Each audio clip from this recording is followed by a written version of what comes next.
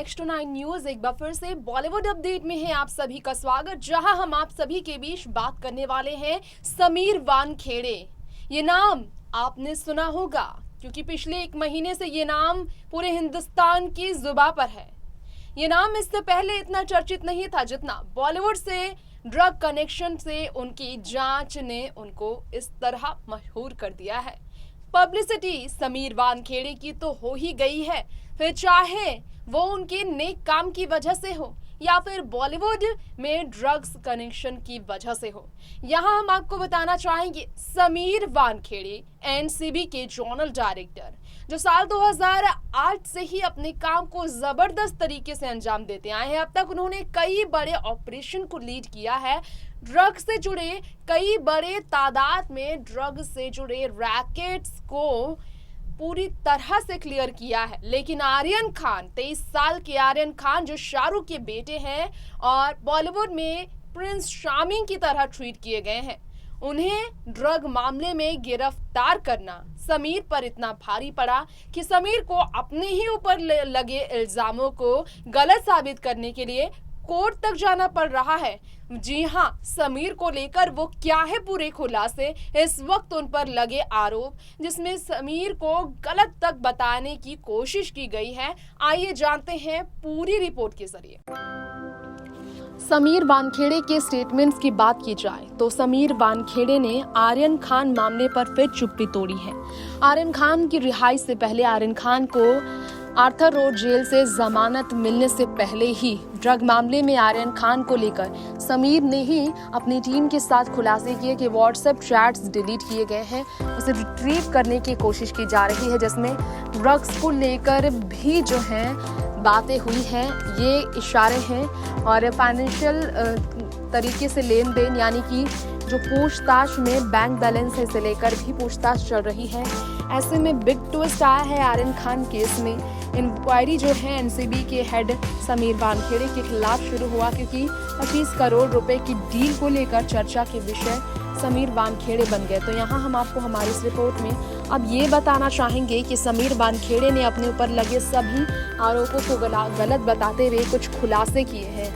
उन्होंने ये भी कहा है, स्पेशल सेशन कोर्ट जाने से पहले my family including my sister and my deceased mother are being targeted.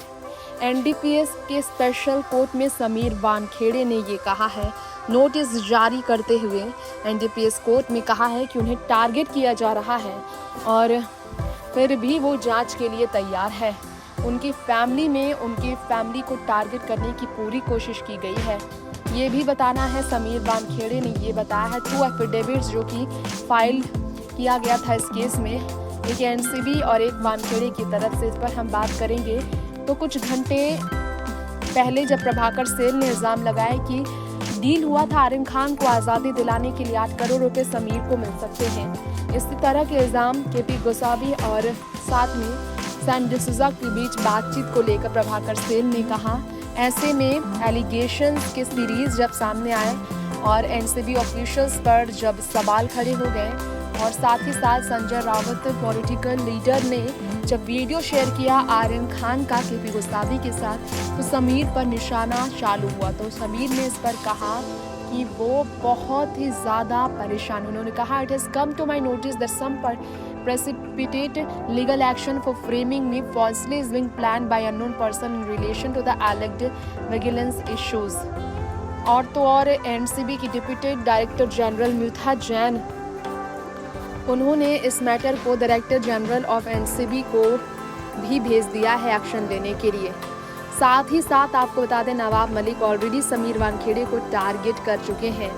Sameer Wankhede ने सारे एलिगेशंस को गलत बताया। उन्होंने कहा, our zonal director Mumbai zonal unit mister Sameer Wankhede has categorically denied these allegations. Some of the contents of the affidavit related to vigilance matters. I am hereby forwarding the affidavit to the General Director Narcotic Control Bureau and requesting him for further necessary actions। यानी कि समीर को इस case से शायद बाहर भी किया जा सकता है, जिसे लेकर समीर बहुत परेशान है और प्रोटेक्शन की मांग भी कर रहे हैं। तो दर्शकों, आपने जाना समीर वानखेड़े का क्या कहना है और क्लैरिफिकेशंस उन्होंने कैसे दिया है और उन पर इल्जाम कितने बड़े हैं, जिसके कारण इन्वेस्टिगेशंस उनके खिलाफ शुरू हो चुका है। अब समीर वानखेड़े आर्यन मामले में तहकीकात को आगे बढ़ाएंगे या फिर अपने ऊपर लगे इल्जामों को गलत साबित करेंगे। मुसीबत तमाम है उनके ऊपर अभी फिलहाल। वक्त हो गया है आपसे यहीं पर इजाजत लेने का। बॉलीवुड अपडेट के शो के नेक्स्ट एपिसोड में फिर लौटेंगे आपके बीच बी टाउन की तमाम ट्रेंडिंग खबर लेकर। देखते रहे आप, तब तक के लिए नेक्स्ट 9 न्यूज। नमस्कार।